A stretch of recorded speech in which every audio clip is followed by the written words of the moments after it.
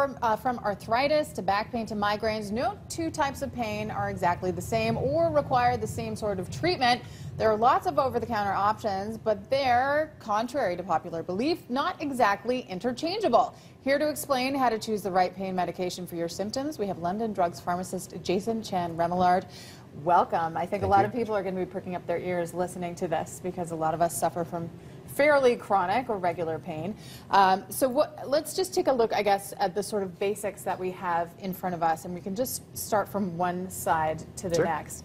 And as always, you know, when you head to a London Drugs or another pharmacy, you are the person that we should be consulting with if we do have these questions. So I believe we have Tylenol there. So let's start with that. Sure. So Tylenol, there's a couple different forms you can get. There's the immediate release Tylenol that's kind of good for headaches, kind of more, you know, sort of fast-acting relief. And then a lot of people don't understand that Tylenol arthritis is actually just Tylenol in an extended release formulation. So it lasts up to 8 hours versus 4 to 6 for a regular Tylenol. So good for arthritis sufferers or someone that's needing kind of that longer pain relief. The problem is it doesn't kick in as fast. So if you have a headache, taking an extended release form isn't going to give you the relief you need as immediately. But it lasts longer. So for people who are waking up from arthritis with morning stiffness, something like a Tylenol arthritis, if you take it at bedtime, will be kind of working in the morning and kind of help you with the morning stiffness issues that you're having.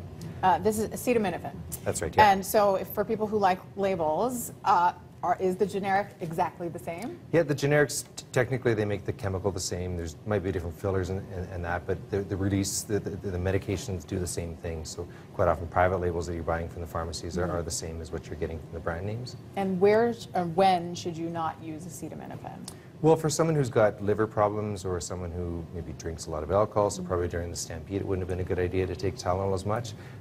But it's a better option for someone who's taking it long term. There's less potential health risks with taking Tylenol long term.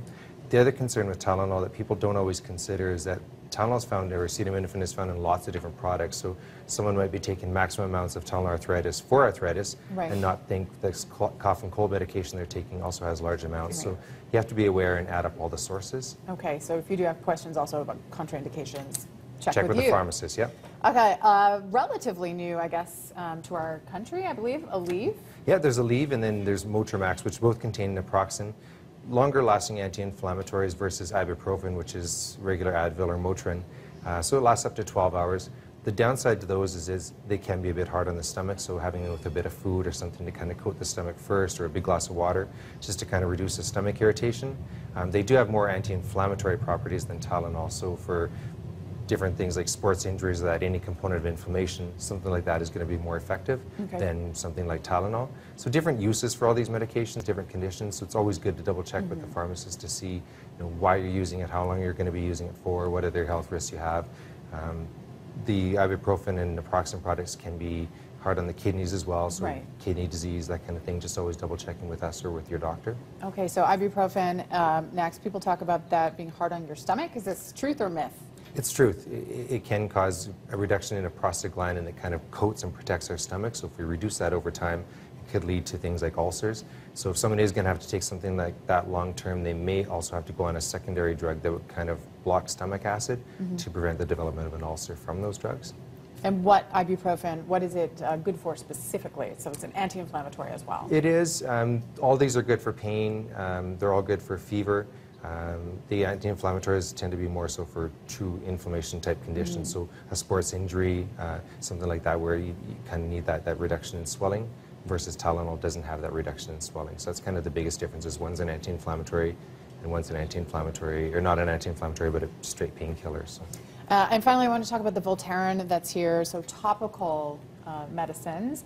Are they effective? They are. Some people who can't take the oral medication, we always recommend something like a topical. It does take a little bit for it to kind of sink into the area of inflammation, but there are lots of options. There's patches that you can get. There's some herbal type products you can get as well, like glucosamine and chondroitin, or you can get, there's a newer one.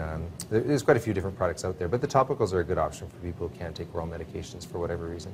Okay, so there is a lot to take into consideration. Again, check with your local pharmacist if you do have any questions. Thank you very much, Jason. Okay, thank you. We're going to check in with Jill Belland right now. Hopefully nobody's feeling any pain playing lacrosse this morning. Jill? I'm not.